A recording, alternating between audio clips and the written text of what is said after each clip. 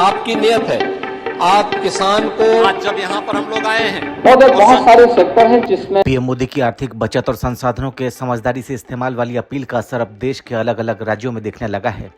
जी हां, गुजरात के बाद अब यूपी सरकार ने भी खर्च में कटौती और ईंधन बचत को लेकर बड़े कदम उठाने शुरू कर दिए।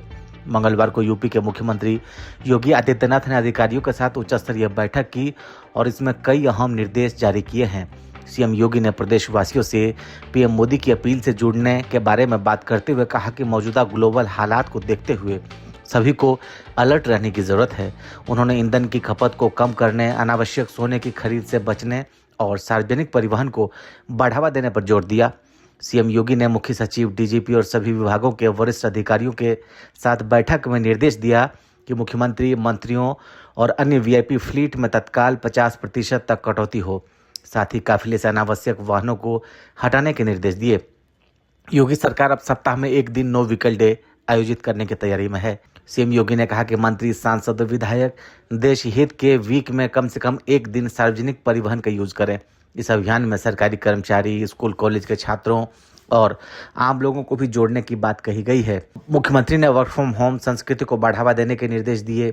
औद्योगिक संस्थान, बड़े स्टार्टअप्स को भी सप्ताह में 2 दिन वर्क फ्रॉम होम लागू करने के लिए प्रेरित किया जाएगा।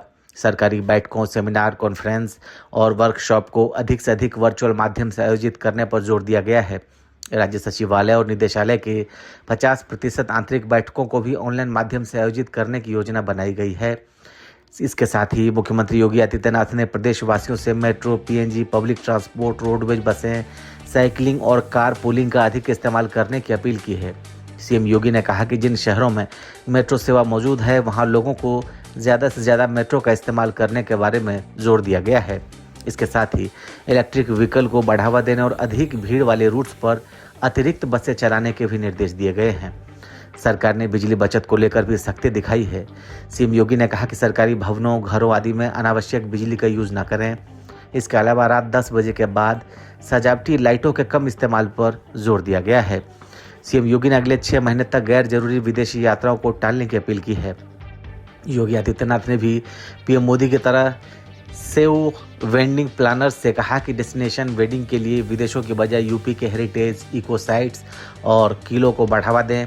इसके लिए विजिट माय स्टेट अभियान चलाने की भी तैयारी है, जिसमें वेलनेस, इको टूरिज्म, ग्रामीण पर्यटन और स्थानीय खान-पान को प्रमोट किया जाएगा। सीएम योगी ने त्योहारों और आयोजनों में भारतीय उत्पाद और हस्तशिल्प के यूज को बढ़ावा देने की बात कही है। सरकार की ओर से ओडीओपी और जीआई टैग वाले उत्पादों को उपहार के रूप में यूज करने का जोर दिया गया है। योगी सरकार ने खाद्य तेल के कम इस्तेमाल और प्राकृतिक खेती को बढ़ावा देने पर जोर दिया है। होटल, ढाबा और स्ट्रीट फूड यूनियनों से संवाद कर कम तेल वाले खाद्य पदार्थों को बढ़ावा देने की प्लानिंग की। कृषि विभाग को नेचुरल फार्मिंग और गोबर के उपयोग को बढ़ाने के भी निर्देश दिए हैं। इसके साथ ही सीएम योगी ने लोगों से अनावश्यक सोने की खरीद से बचने की अपील की है। लोकल ज्वेलर्स एसोसिएशन और व्यापारियों के साथ बैठक कर जागरूकता बढ़ाने के निर्देश दिए हैं। वैश्विक आर्थिक अनिश्चितता और बढ़ते तनाव के बीच उत्तर प्रदेश सरकार अब ईंधन बचत, सार्वजनिक परिवहन, डिजिटल कार्य संस्कृति और स्वदेशी को बढ़ावा देने की दिशा में सक्रिय नजर आ रही है। आपको बता दें कि पीएम मोदी की अपील के बाद यूपी सरकार की यह कदम आम लोगों की रोजमर्रा की आदतों में बदलाव लाने की बड़ी कोशिश माना जा रहा है। ब्यूरो रिपोर्ट, लाइव तक भारत।